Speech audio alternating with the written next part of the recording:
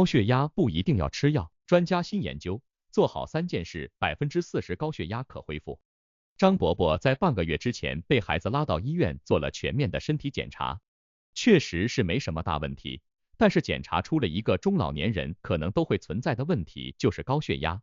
张伯伯在得知自己有高血压之后，并没有太在意，和儿子说，就是血压高点儿，我也没觉得有什么问题。张伯伯的儿子则是非常严肃地说，爸，高血压可比你想象的严重多了，如果医生说要吃药，就赶紧好好吃药，并改变一下自己的生活方式。张伯伯还是有些不愿意说，哪有那么严重，我感觉自己身体没病，不需要吃药。后来医生看了检查的单子之后说，现在这种情况可以暂时不用药，但是在生活中一定要做好高血压的控制。张伯伯的儿子也没想到高血压居然不用吃药。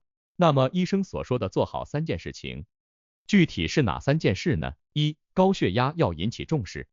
血压作为我们身体非常重要的一项指标，是可以用来评判我们的身体是否绝对健康的。高血压和低血压这种词在生活中是十分常见的，只是很少有人会注意到低血压。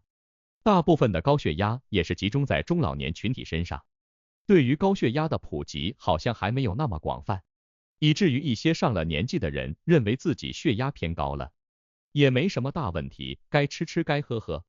然而不重视高血压就是最大的问题。血压高本身可能并没有那么严重，但是害怕的是高血压没有得到控制，就会引发很多的并发症。那么具体来说，高血压有什么危害呢？关于高血压导致的危害，最常见的也是致残率和致死率较高的就是中风。中风的主要原因是脑部的血管出现了阻塞或破裂，从而造成脑部出血或缺血。而高血压是可以直接导致这个问题的，因为血压持续性升高会造成脑部血管硬化或者是破裂，从而造成脑出血，引发中风。一旦中风发生，无非是2个结果，致残或者是致死。有数据显示，中风已经成为了全球第2大死因和第3大致残原因，每年可以造成死亡人数达到600万，致残人数达到5000万。作为一种疾病，能够造成这样恐怖的数据是值得人们注意的。而高血压就是导致中风的最大诱因之一。除了中风之外，心脏类的疾病有时候也是避免不了的。当长期血压升高会造成心脏的负担加重，致使心肌缺血，造成心肌梗死或者是心力衰竭。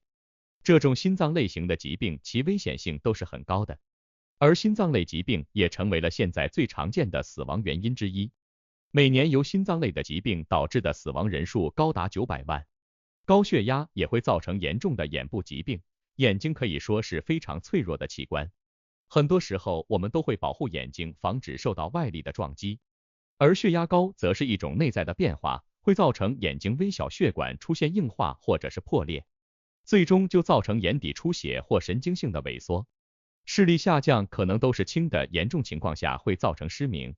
高血压对中老年朋友的生活质量也有着严重的影响。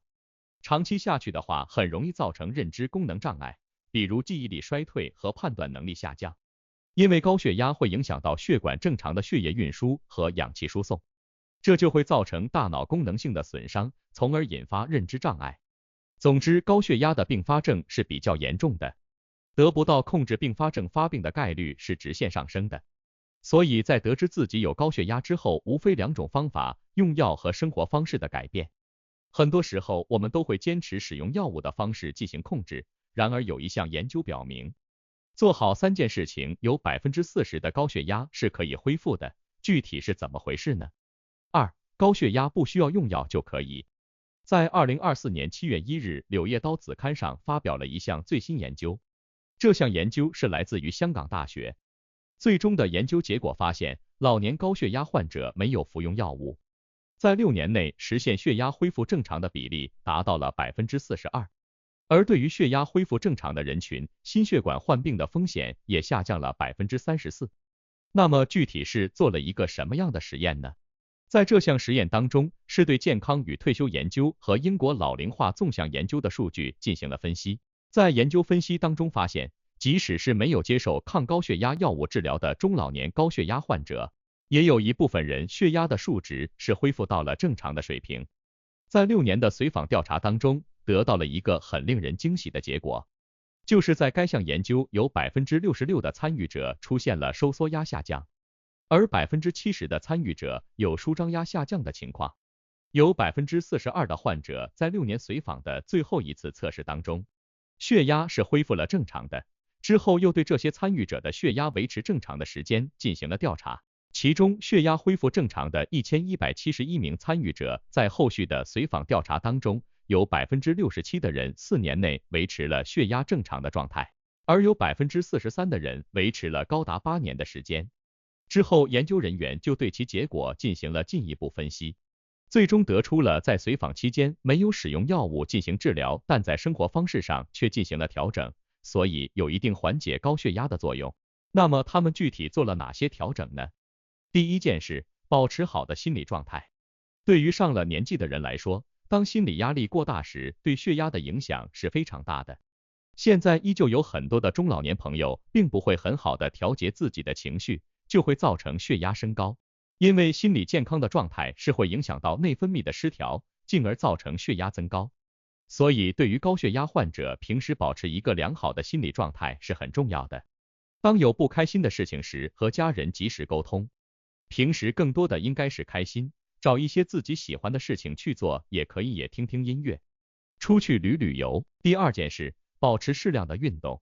运动可以说是降低各种疾病发病的风险，也是调理各种疾病非常好的一件事情。有相关研究表明，如果每周至少能有150分钟左右的中强度营养运动，是可以起到降血压的作用。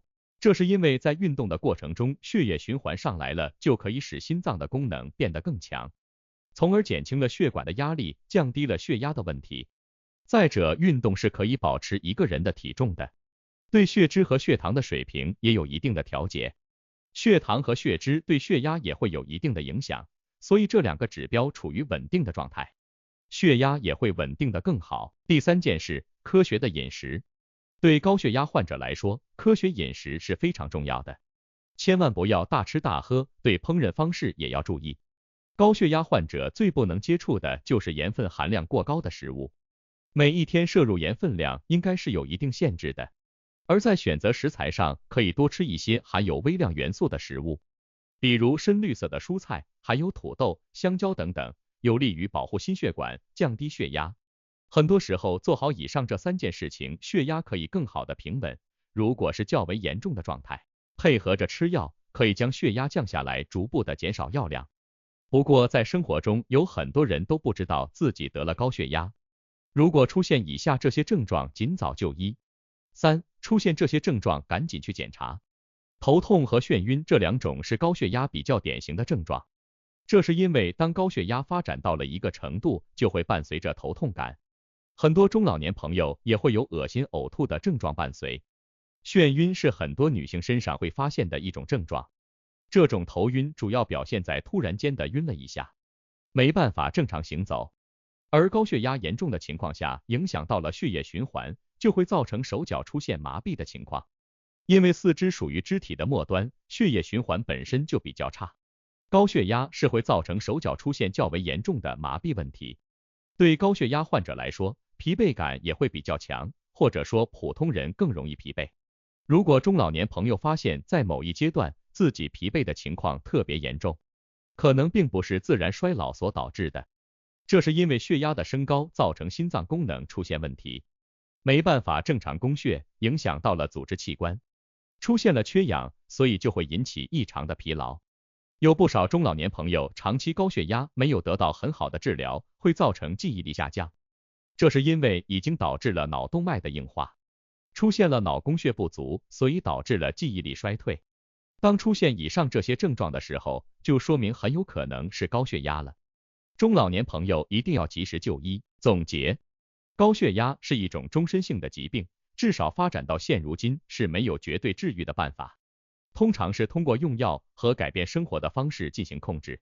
有很多的中老年朋友控制得很好，会逐步的减轻药量，或者是干脆不用药，也就是在生活中做好上面所说的事情。